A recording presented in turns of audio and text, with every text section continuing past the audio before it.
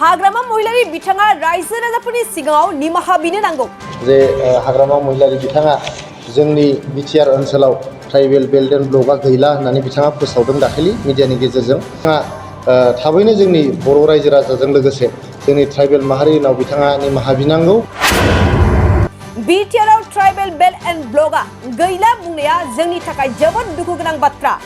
फोसावजानाय जे जोंनि ट्राइबेल बेल्ट एन्ड ब्लक दङ, बे ट्राइबेल बेल्ट एन्ड ब्लकजोंहाय जोंनि ट्राइबेलफोरनि हा हुनि रैखाथि, हा हुनि मोनथाय आरो जोंनि जारिमिन, हारिमु, राव थुनलाइ बिनि रैखाथिखौ होबोनो हादोंमोन।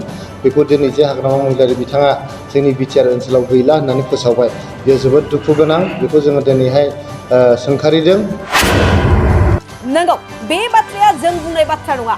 इउपिपिएलनि गाहाय नेतानि राजु नार्जारि बिथाङा बिटिआरआव ट्राइबेल बेल्ट एन्ड ब्लक गैला बुंनायनि सायाव गोख्रों खेंफोरथि होदों हाग्रामा महिलारि बिथांनि सायाव। मानोना जाय ट्राइबेल बेल्ट एन्ड ब्लकखौ गोबां जेंना जेंसिनि गेजेरजों जोंनि गोदोनि बर'नि सिगांसिन मिनिस्टार रुपनाथ ब्रह्म आरो जोंनि ट्राइबेलनि मिनिस्टार बिम्बर देउरि बिथांमोननि दैदेननायाव 1947 मायथाइनिफ्राय 1984 मायथाइसिम फोसावजानाय जोंनि जा ट्राइबेल बेल्ट एन्ड ब्लक दं, बे ट्राइबेल बेल्ट एन्ड ब्लकजों जोंनि ट्राइबेलफोरनि हा हुनि रैखाथि आरो हा हुनि मोनथाय आरो जोंनि जारिमिन, हारिमु, राव थुनलाइनि रैखाथिखौ होनो हादोंमोन। बेखौ दिनै हाग्रामा महिलारि बिथाङा बिटिआर ओनसोलाव गैला बुंनाय बाथ्राया जोंनि थाखाय जोबोद दुखु गोनां बाथ्रा आरो जों दिनै हाग्रामा महिलारि बिथांखौ गोख्रों रावजों सोंखारिदों। बिथाङा थाबैनो बर' रायजो राजाजों लोगोसे जोंनि ट्राइबेल माहारिफोरनि गेजेराव निमाहा बिनो नांगौ, जाहाथे बिथाङा फिन आरोबाव इयुनाव बेफोरबायदि बाथ्राखौ बुंनो नाङाथों आरो हाग्रामा महिलारि बिथाङा फिन बेफोरबायदि बाथ्रा बुंबावोब्ला गोख्रों एक्सन लानाय जागोन होननानै इउपिपिएलनि गाहाय नेतानि राजु नार्जारिया बिथाङा गोख्रों रावजों खेंफोरथि होदों। बिजोङाव जों नुदों जे हाग्रामा महिलारि बिथाङा जोंनि बिटिआर ओनसोलाव ट्राइबेल बेल्ट एन्ड ब्लकआ गैला होननानै बिथाङा फोसावदों दाखालि मिडियानि गेजेरजों। बेयो जोबोद दुखु गोनां। जाय ट्राइबेल बेल्ट एन्ड ब्लकखौ जोबोद स्ट्रागोलनि गेजेरजों, जोबोद जुजिनायनि गेजेरजों जोंनि जे गोदोनि बर'फोरनि सिगांसिन मिनिस्टार श्री रुपनाथ ब्रह्म, जोंनि ट्राइबेलनि मिनिस्टार श्री बिम्बर देउरि बिथांमोननि दैदेननायावहाय 1947 मायथाइनिफ्राय 1984 मायथाइसिम फोसावजानाय जे जोंनि ट्राइबेल बेल्ट एन्ड ब्लक दङ, बे ट्राइबेल बेल्ट एन्ड ब्लकजोंहाय जोंनि ट्राइबेलफोरनि हा हुनि रैखाथि, हा हुनि मोनथाय आरो जोंनि जारिमिन, हारिमु, राव थुनलाइ बिनि रैखाथिखौ होबोनो हादोंमोन।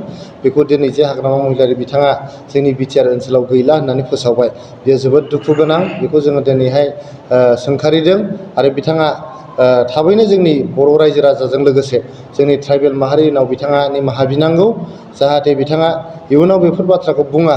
बेनि थाखाय जोङो बिथांखौ दिनै खावलायहरदों आरो इयुनाव जुदि बिथाङा बुंबावोबा बिथांनि सायाव जोङो गोख्रों लिगेल एक्सन लानाय जागोन।